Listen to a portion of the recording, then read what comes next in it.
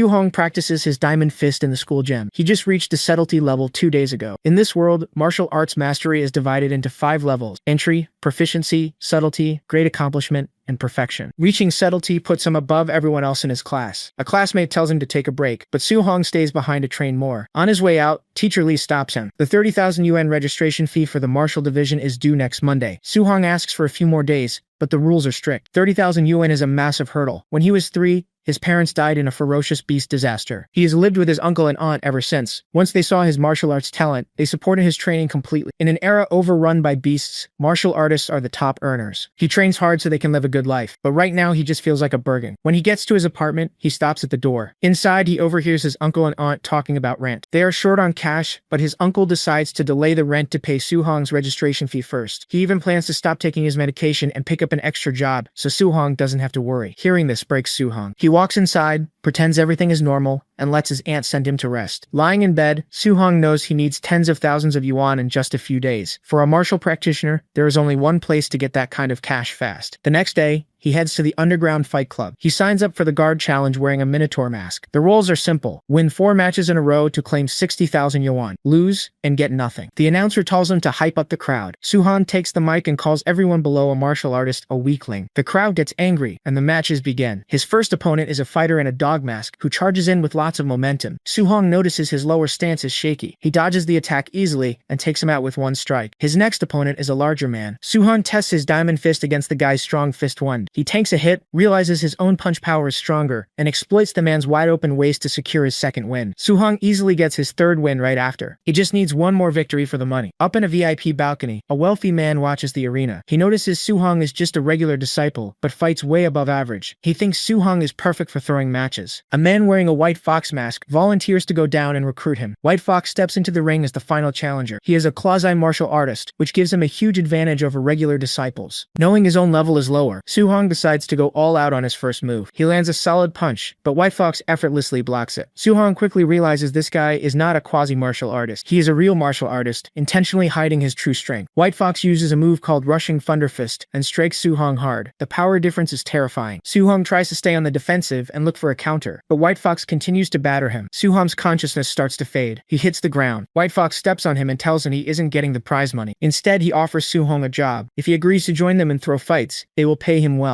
Hong flatly refuses to do their dirty work. Since there is no deal, White Fox moves in to finish him off. As the final strike approaches, Hong thinks about his family. He refuses to let his uncle and aunt's years of sacrifice go to waste. He can't fail here. Suddenly, a blue system screen appears in front of him. It asks what price he will pay for his family and his faith. Hong answers that he will pay everything. A massive surge of red energy erupts from his body, blocking White Fox's attack as Hong breaks through his limits to become a true martial artist. Hong agrees to pay the price. He is instantly pulled into a strange, dark space where a massive glowing entity offers him a chance. A golden system screen appears in front of him. It displays his stats, including his vitality, spirit, and his current martial skills. He clicks on his first mission. The goal is to master his Vajra Fist and upgrade his other moves. A glowing clone of himself appears and starts demonstrating the Vajra Fist perfectly. Hong fights the clone to learn. As they trade blows, his skill progress rapidly increases. In just a short time, his Void Step and Floating Light Palm reach the micro level, and his Vajra Fist upgrades all the way to mastered. He clears the mission and agrees to return to reality. Back in the arena, time resumes just as White Fox throws his Thunder Rush Fist. Thanks to his upgrades, the attack looks incredibly slow to Hong. He effortlessly counters and knocks White Fox out with one solid punch that shatters his mask. The crowd goes silent. Hong reminds the stunned announcer about his prize money and walks away with the 60,000 yuan grand prize. Up in the VIP box, the wealthy boss is shocked to see a mere apprentice use a mastered Vajra Fist. He orders his men in black suits to follow Hong and find out who he really is. On his way home, Hong notices the men trailing him in an alleyway. He just scales the gap between two walls and easily loses them in the dark. An hour later, Hong drops a massive stack of cash on the table in front of his aunt and uncle. They are completely shocked, so he lies and says his dojo master decided to sponsor his training because of his high talent. They trust him and believe the story right away, happy that their money problems are solved. Later on the roof, Hong opens his system again. He sees he earned 67 martial value points for defeating a higher level opponent. The system notes that these points can be used to increase his vitality or skills. He tests it out by adding points to his vitality, pushing it up to 90. This officially puts his physical stats at the level of a quasi-martial artist. He dumps his remaining points into vitality, and the sudden boost heals all the injuries he took during the fight. Feeling a massive surge of new strength, he heads over to his high school's outdoor drill ground to test it out. He steps up to a Tier 1 combat power tester machine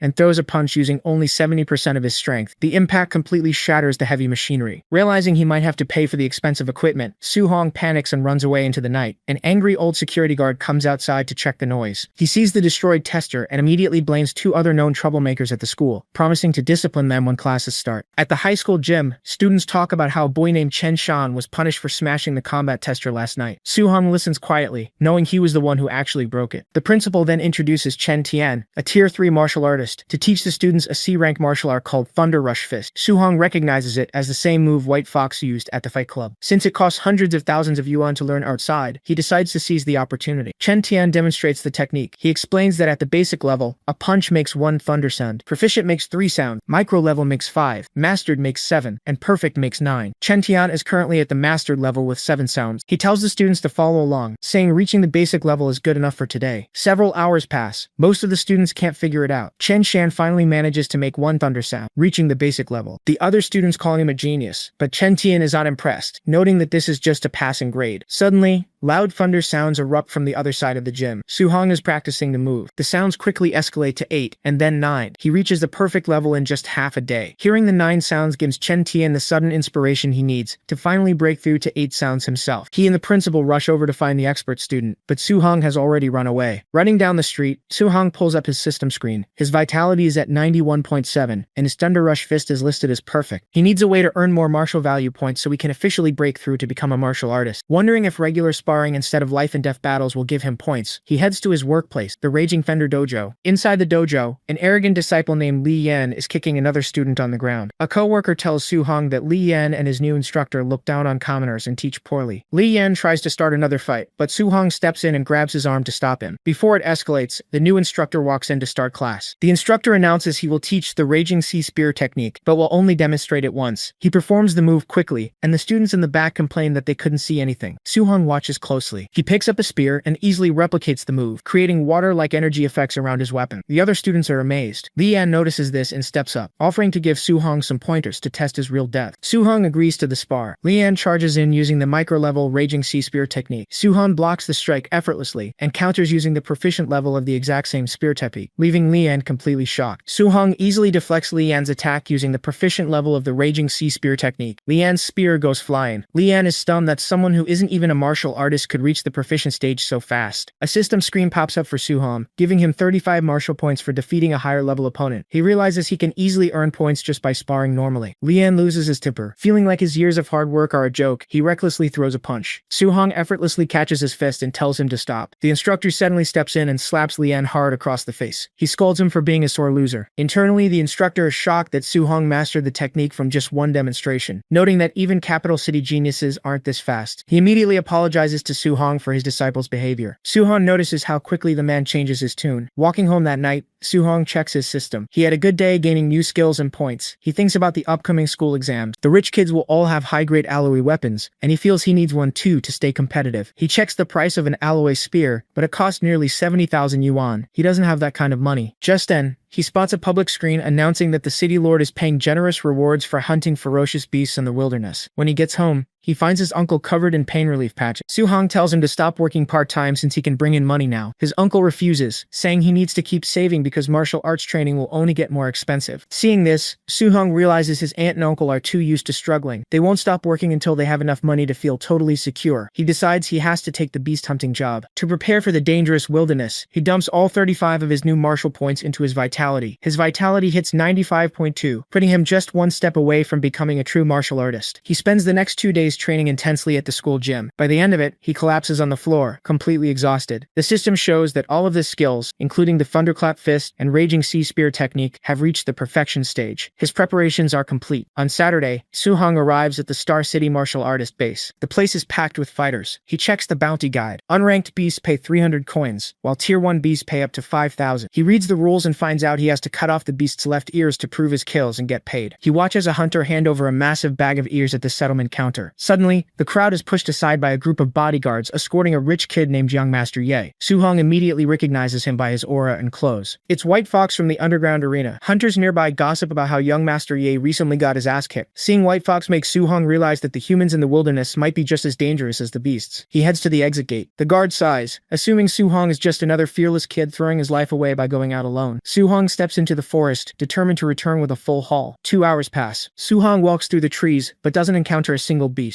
Assuming the outer edges of the forest have already been cleared out by other hunters, he decides to push deeper into the wild. A large white wolf lunges at Su-hong. He easily dodges its claws and strikes back with his thunderclap fist. The punch sends the beast flying into a tree, killing it instantly. Looking at his shaking hand, Su-hong realizes fighting monsters is more exciting than he thought. He defeated a rank 1 early-stage beast in a single move. Just as he wonders how he would fare against a mid-stage beast, a massive raging black bear appears behind him and roars. Su-hong turns and takes it out with one punch. He figures that as long as he doesn't provoke a rank 2 beast, he won't face much danger. He cuts off the bear's left ear to claim the 3,000 yuan bounty. A system screen pops up, telling him he has accumulated enough martial points to break through to a true martial artist. Before he can upgrade, he feels an intense aura nearby and goes to check it out. From a cliff, he spots a rank 1 late-stage black jade giant python. A team of hunters is fighting it, but the massive snake easily overpowers them, slamming one of the men into the rocks. Su-hong walks up to the injured man and borrows his spear. Su-hong steps up to face the giant python. Usually, a rank 1 late-stage beast requires a full team to take down, but since all his martial arts are at the perfection stage, he decides to fight it alone. The python lunges with its massive jaws. Su-hong uses his perfected void step to easily dodge the attack. He follows up with his perfected raging sea spear technique, coating the weapon in water energy, and strikes the snake's side. The python shrieks in anger. Su-hong attacks again, unleashing a wave of water energy that pushes the beast back. He quickly realizes the size difference is too big for a quick fatal blow. He decides to use a hit-and-run strategy to wear it down first. When the python sweeps its massive tail, Su-hong uses his perfected thunderclap fist to blast the ground and dodge out of the way. The fight drives on. Su-hong is exhausted and panting, but the strategy is working. The python is trembling and reaching its limit. Just as Su-hong readies his spear to deliver the final strike, he hears a laugh and sits his movement from his blind spot. A large bodyguard drops from the trees and punches Su-hong with a glowing red fist. The surprise attack sends Su-hong flying across the dirt. He coughs in pain and looks up to see the attackers. Young Master Ye, the guy who fought his White Fox at the underground arena, steps forward with his crew. He greets Su-hong and tells him to hand over the black jade giant python. Young Master Ye tells Su-hong he just got lucky finding a dying python. Su-hong quickly notes there are 5 of them. Since they are all martial artists, he knows he can't fight them head on. Before anyone can react, the giant python has fully recovered its stamina and rears up right behind Ye, ready to strike. The giant python lunges forward and devours the guard with a heavy sword. Su-hong jumps out of the way just in time. A system message pops up, notifying him that he indirectly killed an opponent. It gives him 30 martial value points. Moments later, another guard gets crushed by the python's tail, granting Su-hong another 30 points. He checks his total and realizes he finally has enough points to break through to a true martial artist. He just needs a safe spot to upgrade. Spotting a cave nearby, he sprints toward it and dives inside just as the python snaps its jaws against the rock entrance. Safe in the dark, he pulls up his system screen. He rapidly taps the interface, dumping all his accumulated points straight into his vitality. His body heats up as his vitality climbs, finally hitting exactly 100. A bright red aura erupts around him. He officially breaks through and becomes a tier 1 martial artist. With his new strength, Su-hong steps out of the cave to face the python. He doesn't need to play defense anymore. He charges straight at the massive snake. The python strikes, but Su-hong meets it head-on with his perfected Vajra fist. The punch stops the beast in its tracks. He follows up by launching himself into the air and raining down a barrage of perfected Thunder Rush fist strike. The heavy blows slam the python into the ground, completely crushing its head and finishing the fight. The system rewards him with 92 martial value points. Standing on top of the dead python, Su-hong remembers that he needs to cut off the left ear to collect the bounty money. He quickly realizes snakes don't have ears. Deciding it's not worth the hassle, he leaves the carcass and heads back. Walking through the destroyed woods, he comes across Ye's dead body. Su-hong notes that getting crushed by the snake was an easy way out for him. Curious, he searches Ye's pockets to see if he can find the high-level technique Ye used during their fight. He finds a small manual labeled Void Breaking Finger, a B-rank martial skill. Su-hong finds a quiet spot in the woods, builds a campfire, and reads the manual to memorize the cultivation method. He then enters the system space. A glowing blue clone appears and starts demonstrating Void Breaking Finger. Su-hong watches the clone shoot powerful beams of energy from its fingertips. As he studies the movements, his system progress bar quickly shoots up from 1% all the way to 100%. He masters the skill in no time. Back in reality, he tests the move. Shooting the beam puts a heavy strain on his body and makes him cough, but the destructive power is exactly what he wanted. Su-hong spends the next 3 days hunting deeper in the wilderness to get used to the technique. He tested on a charging bear, easily piercing its head with a single energy beam. The system confirms the void-breaking finger has reached the perfect realm. With his new skill maxed out, he decides it's time to head back to the city. At the Star City martial artist base, Su-hong drops a massive, blood-stained bag on the settlement counter. The clerk tallies up the beast ears. There isn't a single unranked beast in the bag. He counts 72 initial stage, 83 middle stage, and 17 high stage tier 1 beasts. The final payout is 406,000 blue star coins. Hearing the massive number, Su-hong gets nervous. He realizes he killed way too many beasts and might draw unwanted attention to himself. Suddenly, an angry shout echoes across the base courtyard. Supervisor Ye Chi, Ye's uncle, storms out with his men and completely locks down the facility. He orders his guards to block the exits and let no one leave. He announces that his nephew, Ye Feng, and 4 bodyguards were wiped out in the wilderness. The crowd of hunters quietly celebrate the news, whispering among themselves that Ye Feng was a menace who constantly robbed everyone. However, Supervisor Ye Chi announces that a B-rank martial skill manual is missing from his nephew's corpse. Because of this, he orders a mandatory body search for every martial artist in the base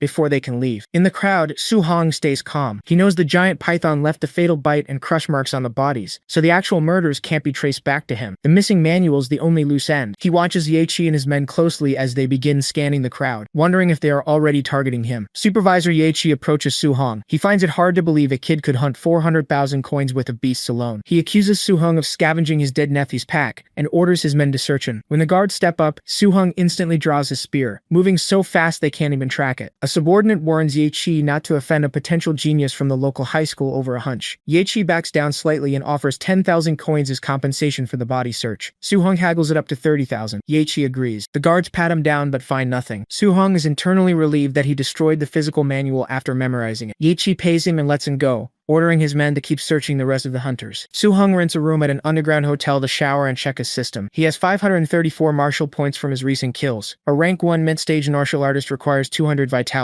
He has enough points to reach it, but he decides to test his other stats first. He puts some points into his spirit, but doesn't feel any immediate difference. Next, he adds points to his mortal frame physique. His muscles instantly bulge, and he feels a massive increase in raw physical strength. Satisfied, he dumps 200 points into vitality and puts the rest into spirit. A huge surge of red energy erupts from his body. His muscles expand dramatically before slowly shrinking back to their normal size. He's just glad he isn't stuck looking like a giant meathead. An hour later, Su-hong arrives at the Star City Martial Artists Association to take his official assessment. To pass as a rank 1 martial artist, he needs at least 100 vitality and a combat power score over 1,000. He watches another candidate pass the test easily, scoring 105 vitality and over 1,700 combat power using the thunderclap fist. A cocky candidate steps up to Su-hong, acting superior, but Su-hong ignores him and steps into the vitality scanner. The scanner reads his vitality at 123. The cocky kid is shocked, assuming the machine is broken. Next is the combat power test. Su-hong wants to hide his true level, so he decides to use only 50% of his raw physical strength without using any martial arts. He punches the heavy machine. The sheer force of the blow sends the massive tester flying across the room, crashing into a pillar. The screen flashes a score of 3,004. The crowd is stunned. A score of 3,000 is the standard for a rank 1 high-stage martial artist, and Su-hong achieved it with pure physical power alone. Up on a balcony, the wealthy boss from the underground fight club recognizes Su-hong and realizes why he is so strong. In the top office, the association president, Wu Shan, complains about the lack of local geniuses and worries about losing her job. Suddenly, an employee bursts through her door. He frantically reports that a monster just appeared in the assessment hall. A rank 1 early-stage kid who hit over 3,000 combat power and sent a heavy tester flying, using nothing but raw physical strength. At the Martial Arts Association hall, a staff member offers to help Su-hong register. Suddenly, President Ru Lingxian steps in and takes him directly to her office. She tells him his high school principal tried to hide his talent, but she already processed his official ID and monthly allowance. Because of his high score, she offers to teach him a guidance technique personally. She explains that guidance techniques aren't just for absorbing spiritual energy from the environment. They can also be used to add elemental attacks to physical strikes. She demonstrates by summoning flames from her hand, explaining there are 7 elemental attributes: metal, wood, water, fire, earth, thunder, and wind. A person's ability to learn an element depends on their natural compatibility. She hands Su-hong a testing crystal for the fire attribute to see his potential. To her absolute shock, the crystal glows at 100% compatibility. Su-hong mentions he prefers thunder, so she tests that next. It also hits 100%. They quickly test the rest. Su-hong has 100% compatibility with all 7 elements. President Wu is completely stunned, realizing he is a monster that defies common sense. She advises him to focus on just 1 or 2 elements since human energy is limited. Cultivating all 7 would be a waste of time. Su-hong asks for the manuals for all 7 anyway so he can try them and decide later. She agrees. Then, she brings up his upcoming school exam. She explains that humanity is at war with other races,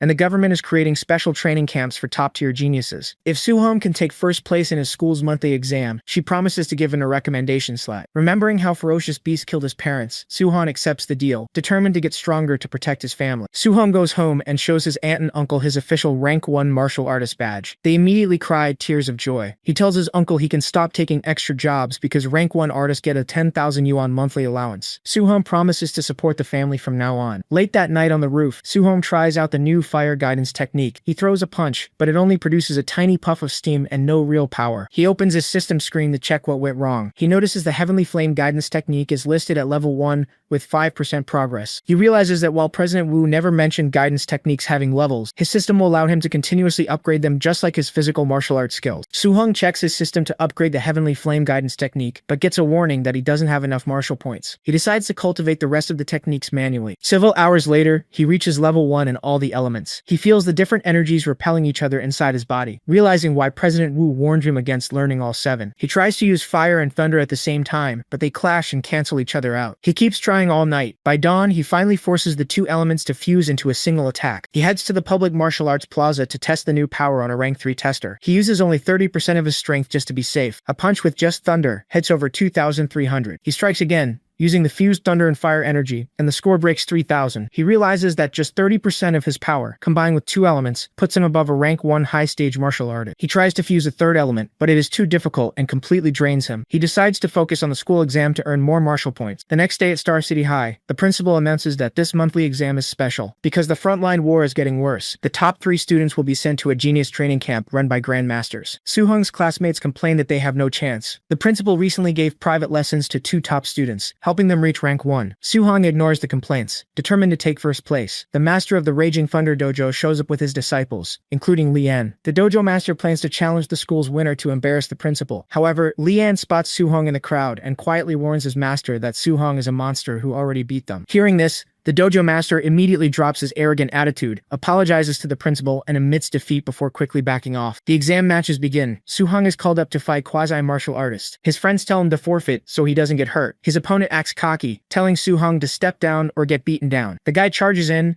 but Soo-hong just casually slaps him across the face. The strike instantly knocks the quasi-martial artist out cold, leaving all the teachers and students completely stunned. Soo-hong keeps winning his matches easily and advances to the finals. People wonder how he got so strong and if he is already a Tier 1 martial artist. Up in the stands, the principal and teacher Chen watch him. The principal regrets neglecting his work and missing such a promising talent. He feels like he has seen Soo-hong somewhere before but can't remember where. The semi-final match between Chen Shan and Li Tu begins. They trade blows evenly at first. Chen Shan decides to use his ultimate move. He coats his fist in flames, showing he can project the fire attribute. Li Tu isn't worried. He reveals he knows attribute projection too, and covers his arms in metal energy. He then unleashes a 5-sound thunderclap fist, proving he reached the subtlety stage. Li Tu easily overwhelms Chen Shan. Teacher Chen is impressed that Li Tu hid his true strength and mastered both techniques in just 10 days. He assumes Soo-hong has no chance in the final since he hasn't shown any dieting techniques. The principal disagrees and bets 50,000 yuan that Soo-hong will still take first place. The finals start. Li Tu tells Soo-hong he's lucky to make it this far and should just be happy with second place. Soo-hong calmly says he is taking first. Li Tu charges in with his 5-sound thunderclap fist to finish the fight in one move. Soo-hong doesn't use any skills and doesn't dodge. He meets the attack head-on. Using purely his raw physical strength, he blocks Li Tu's strike and counters with a fast flurry of basic punches. Li Tu is pushed back. He is shocked that Soo-hong neutralized his best move without using any martial arts techniques. The teachers notice Soo-hong's heavy impacts and figure he must have some kind of special physical constitution to be this strong. Seeing he is outmatched in physical strength, Li Tu stops holding back. He fully activates his energy and switches to the lightning attribute. Seeing this, Soo-hong decides to put in a little effort too. He coats his own body in lightning energy. Teacher Chen is stunned to see Soo-hong using the lightning attribute as well. Soo-hong charges forward, and his lightning easily overpowers Li Tu's defense. Li Tu goes all out for a final strike. Soo-hong decides to show him his own ultimate move. He throws a punch and unleashes a perfect 9-sound thunderclap fist. The massive impact blasts Li Tu across the arena, knocking him out completely. The crowd goes crazy. Soo-hong just defeated Li Tu with the perfection stage thunderclap fist, meaning his skill level is even higher than the teacher who originally taught the move. The principal and teacher Chen finally connect the dots. They realize Su-hong as the mysterious nine-sound genius who disappeared from the gym days ago. Watching Su-hong walk away, they know he is going to easily dominate the upcoming training camp. The principal notes that their city is just a small puddle to him now. Su-hong is a hidden dragon bound to reach the imperial capital and the front lines of the war. Su-hong arrives back at his apartment and tells his family he took first place in the monthly exam. His aunt and uncle are thrilled, knowing this means he secured a spot in the genius training camp. Just then, someone knocks on the door. It's a woman named Lin Yan's mother. Her son placed fourth in the exam,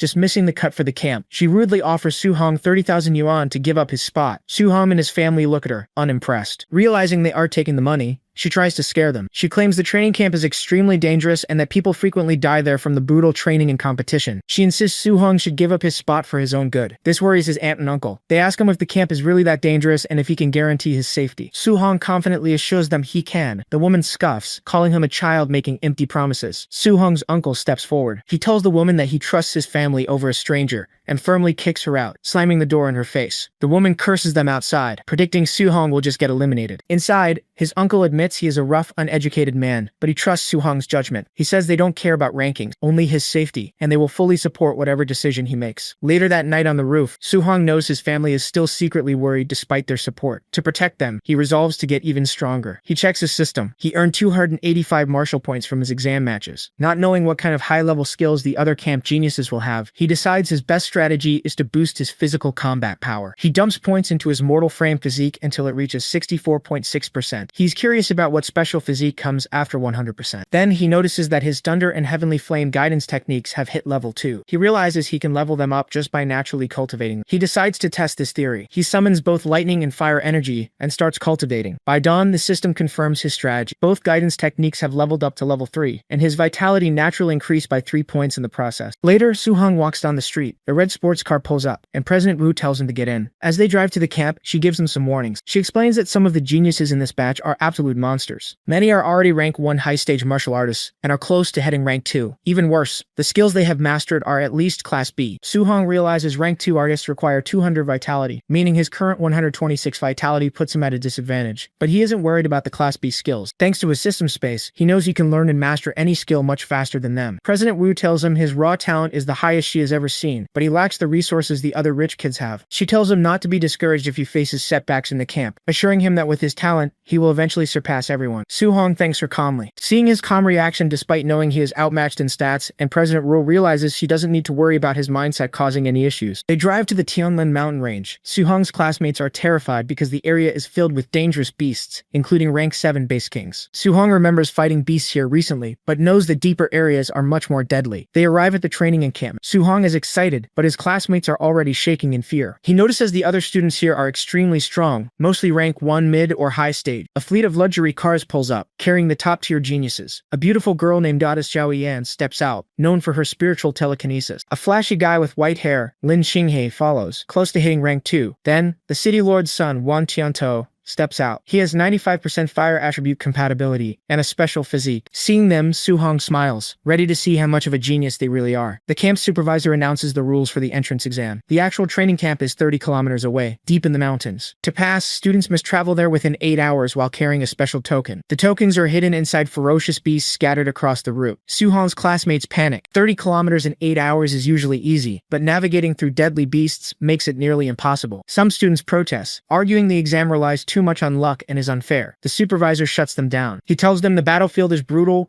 and that mitigating risks and hunting the weak are essential skills. He bluntly tells anyone afraid of dying to quit now. A cocky student yells that they are a bunch of trash for being scared. Another student takes offense and challenges him. The supervisor ignores them, stating that fighting isn't allowed in the camp, but once they enter the mountain, there are no rules. They are free to steal tokens or just BB Chinner up. Su-hong realizes the rules encourage infighting. He grins, knowing this is the perfect chance to farm martial points from the other students. The exam begins. The students charge into the woods. Some get into fights immediately. Su-hong runs through the trees alone. He stops when 2 students suddenly jump out and start fighting each other right in front of him. One of them complains that training hard is useless against rich kids with resources. The other calls him a pauper. Su-hong watches, deciding not to let free martial points go to waste. He grabs a large wooden stick from the ground and casually tells them to stop fighting and team up against him instead. Offended, one of the students charges at Su-hong with a glowing punch. Su-hong easily dodges the attack and counters with a swift strike of his wooden stick, sending the student crashing into a tree. The other student is shocked, realizing his peer lost in a single move. Before he can react, Su-hong uses his fast footwork to close the distance. He swings the heavy wooden stick, smashing it directly into the second student's face and knocking him out instantly. Both students are left groaning in pain on the dirt. In the monitoring room, the teachers are shocked to see an ordinary student one-shot his opponent so easily. They officially confirm the knocked-out student is eliminated. Back on the ground, the humiliated kid pretends to accept his defeat, telling Soo-hong he is truly strong. But the second Soo-hong walks away, the kid grabs a wooden club and tells his friend they're going to get revenge. Soo-hong moves on to the forest section of the exam. He quickly runs into a pack of initial first-order giant tusk boars. He unleashes his 9 Echo rushing Thunder Fist and wipes them all out in an instant. System notifications pop up, giving him martial value points, but he notices the rewards are dropping now that his level's higher. He cuts open the boars looking for a training token, but finds nothing. He figures tokens only drop from higher-level beasts. After wandering for half an hour, a high-tier first-order black tiger attacks him. Soo-hong fires his void-piercing finger, sending an energy beam that instantly kills the beast. He earns 35 martial points and cuts open its stomach, finally finding a training token. However, he realizes finding one high-tier beast every 30 minutes is way too slow. With only 5 hours left in the assessment, he decides to focus on hunting large quantities of low-level beasts to earn enough points to max out his mortal body progress. He spends the next few hours tearing through the forest, wiping out dozens of boars. He finally runs into a middle-tier bear. To test his limits, he doesn't use his elements or martial skills. He just relies on his raw physical strength. He punches the massive bear head-on, sending it crashing straight into a tree. He pulls up his system screen. He has 254 martial points, leaving him just 100 points away from maxing out his physique. He still has 3 hours left. Suddenly, a massive shockwave ripples through the trees. Soo-hong looks up and sees a gigantic bird with glowing golden feathers flying overhead. He recognizes it as the legendary Golden Rock Beast King, and its aura alone is terrifying. Soo-hong watches in shock as the Beast King's terrifying aura completely overwhelms the area. Soo-hong hides behind a tree, realizing he is nothing but an ant compared to a beast of that level. He spots a ball of light flying up to meet the Beast King. A man named Qin Tianli stops the Beast King and declares he is borrowing its territory. Qin Tianli is a rank 7 Grandmaster. The Beast King refuses to let him use the land, so the Grandmaster attacks it. The force of the battle rips through the forest. The teachers watch the fight, impressed by how easily the Grandmaster beats the tyrannical Beast King into submission. The Grandmaster then orders the Beast King to leave the area, so the student assessment can continue. The Grandmaster returns to the monitoring room to check on the students. They show him footage of the students who were able to withstand the pressure from the Beast King's aura. The top 3 are all from major families: Wan Qiantou, Lin Xinghe, and Xiao Yan. The Grandmaster points out that all 3 are at the rank 1 early stage and recently broke through. However, he refuses to acknowledge them, saying Star City high number. 1 is unworthy of its reputation. Suddenly, one of the monitors catches his eye. He sees a student actively hunting ferocious beasts,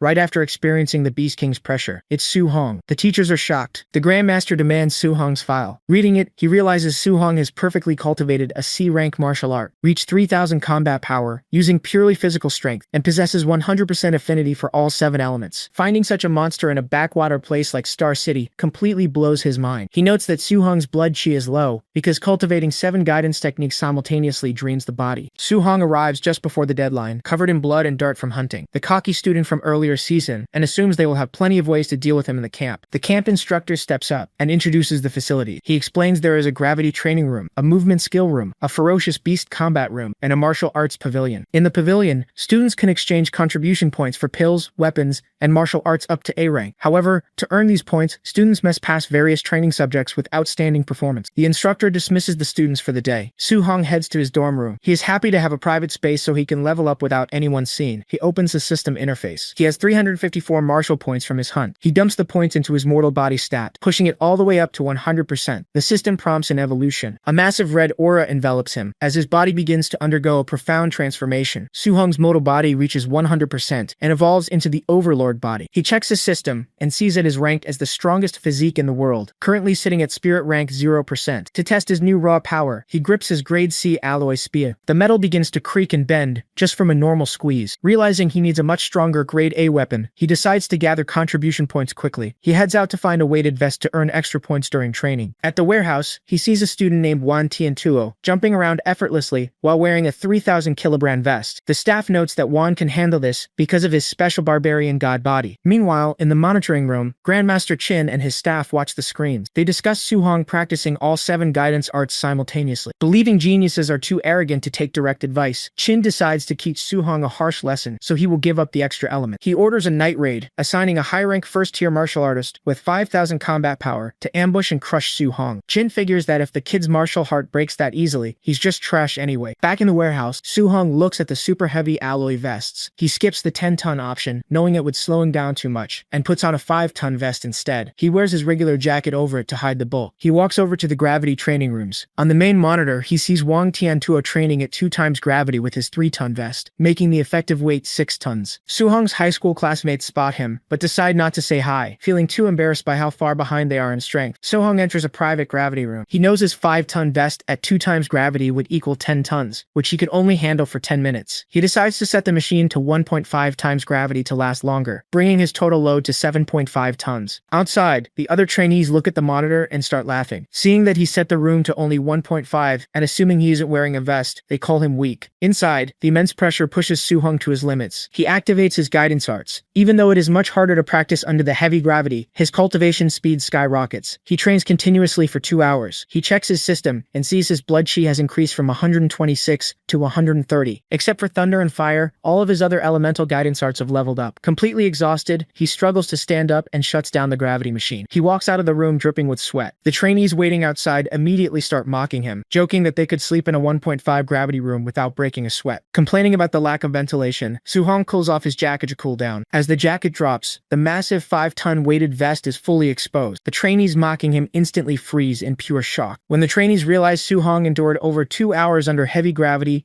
while wearing a 5-ton vest, they are completely stunned. They notice the other trainees are watching a girl named Xiaoyan fight. Su-hong watches her screen and is shocked to see her flirting in midair. She uses telekinesis to instantly kill 3 high-level black tigers with flying light daggers. She then summons a massive golden sword and slays a giant python. The trainees explain she is a spirit reader using an A-rank technique unique to her class. Su-hong realizes the training camp is full of geniuses with powerful A-rank skills. He hopes to learn Wang Tiantuo's offensive technique next, but Long is only using his raw physical strength in the beast room right now. Su-hong checks his system. His spirit stat is at 26.5. He needs 100 points to become a spirit reader like Xiaoyan, needing 73.5 more points. Hearing about the A-rank technique, Su-hong realizes his new overlord body lacks a high-level movement skill. He decides to follow Wang to the movement training room. Inside the movement room, Wang sets the machine to level 10 difficult. The room is filled with arrow launchers. Wang activates his wind attribute and performs the Flying Swan Starling Cloud Steps. The technique is flashy, surrounded by flying flower petals, allowing him to effortlessly dodge the arrows. Watching closely, Su-hong memorizes the movements and starts replicating them outside the room. The system immediately registers the new skill and rapidly levels it up as he practices. The other trainees laugh, thinking he is crazy for trying to learn an A-rank technique just by watching. Within minutes, the system confirms Su-hong has mastered the entry level of the Flying Swan Startling Cloud Step. Finding the flower petals a bit embarrassing, he decides not to use it unless necessary. He heads to the Ferocious Beast combat room to earn more martial points and raise his blood quiff. Outside the beast room, the 2 cocky students who mocked Su-hong earlier spot him. They grab a wooden club and plan to jump him inside the room. He set the room to spawn over a dozen high-level rank 1 beasts at the same time. The students watch in shock as Su-hong faces a massive, terrifying horde of monsters completely alone. Inside the beast room, Su-hong waits. When the giant python, centipede, and other massive rank 1 beasts spawn, he charges in. He uses a combination of his perfected movement technique and raw physical strength to tear through the horde. Outside, the 2 cocky students watch the monitor in absolute disbelief. They recognize the A-rank movement technique and can't figure out how a middle school student from an ordinary background could learn such a high-grade skill. Seeing Su-hong slaughter the beasts effortlessly, they realize how wide the gap between them is. They drop their club and quietly leave, abandoning their plan for revenge. Su-hong finishes the fight, completely wiping out the 10 beasts in less than 10 minutes. However, the system only rewards him with about 80 martial points in total. He realizes that as he gets stronger, the points he earns from lower-level beasts decrease significantly. He decides to stop resting and just keeps hunting for the next hour straight. When he finally steps out of the beast room, he is exhausted and covered in blood. However, his efforts paid off. He earned over 400 martial points and a massive total of 700 contribution points. The other trainees gather around the settlement screen, comparing their scores. Most of them struggle just to get 20 or 30 points. The top 3 geniuses hit the 200. But when Su-hong's score of 700 pops up, the crowd goes silent, realizing there is a true monster in the camp standing far above everyone else. Su-hong heads straight to the martial arts pavilion to spend his points. He checks the catalog and sees that A-rank skills cost over 2,000 points, way out of his budget. However, However, he spots spirit-focusing pills. A tier 4 pill costs 500 points. He needs exactly 25.5 more spirit stat points to reach 100 and become a spirit reader. Hoping the pill will give him enough of a boost, he orders one. The clerk is shocked that a new student can afford a 500-point item, but her attitude quickly changes to enthusiastic when he flashes his 700-point balance. He also buys a C-rank dual attribute lightning fire spear for 200 points. Back in his dorm, Soo-hong checks his system. He has 490 martial points, still leaving his spirit stat short of the 100 required. He opens the wooden box, takes out the glowing tier 4 spirit focusing pill, and swallows it, determined to finally become a spirit reader. Soo-hong swallows the tier 4 spirit focusing pill. The effects hit immediately. His mind clears, and his senses sharpen as his nerves relax. He checks his system and sees his mental power went up by 24 points, bringing his base total to 50.5. Combined with his martial value points, his progress reaches 99.5%. He realizes he is just 0.5 points short of the 100 needed to become a spirit reader. Regretting that he didn't kill just one more beast earlier, he decides to get some rest and collect the remaining points tomorrow. Meanwhile, in the camp warehouse, a group of older martial artists gather. They complain about being called in to wait on high school kids. They compare the targets they were assigned to ambush. One instructor is assigned to Wan Tiantou, who has 340 blood qui. Others have targets with over 300 blood qui, or powerful spirit readers. One instructor looks at his paper and complains. He was assigned Soo-hong, a rank 1 early stage with only 123 blood chi. He thinks the camp made a mistake by giving him a piece of trash. Grandmaster Qin walks in and tells him there is no mistake. He explains that Soo-hong's combat power actually rivals a rank 1 high tier, and that his real intelligence file is classified. The instructor, who has nearly 500 blood qui and is about to reach tier 2, still feels like he is being asked to bully a junior. Qin orders him to fight and beat Soo-hong until the kid starts questioning his life choices. Qin adds that he won't blame the instructor if he cripples Soo-hong and will actually reward him for it. The night raid begins. The instructors move out across the camp. In his room, Soo-hong notices someone approaching. Suddenly, a glowing purple sword slices right through his door. Soo-hong dodges the strike, grabs his spear, and faces the attacker. The instructor assumes Soo-hong is just an unlucky early-stage kid. Soo-hong realizes his attacker is a human tier 1 high-tier warrior. Instead of panicking, Soo-hong is excited. He knows defeating this guy will give him the last few martial points he needs to become a spirit reader. Soo-hong immediately counterattacks. He swings his spear, and the instructor is shocked by the intense force. He realizes Soo-hong's physical strength is way too high for his rank. Soo-hong easily overpowers him and knocks him back. Realizing he can't win with just raw strength, the instructor ignites his sword with purple flames. He launches a B-rank fire attribute skill called Blazing Slash. Soo-hong sees the attack coming.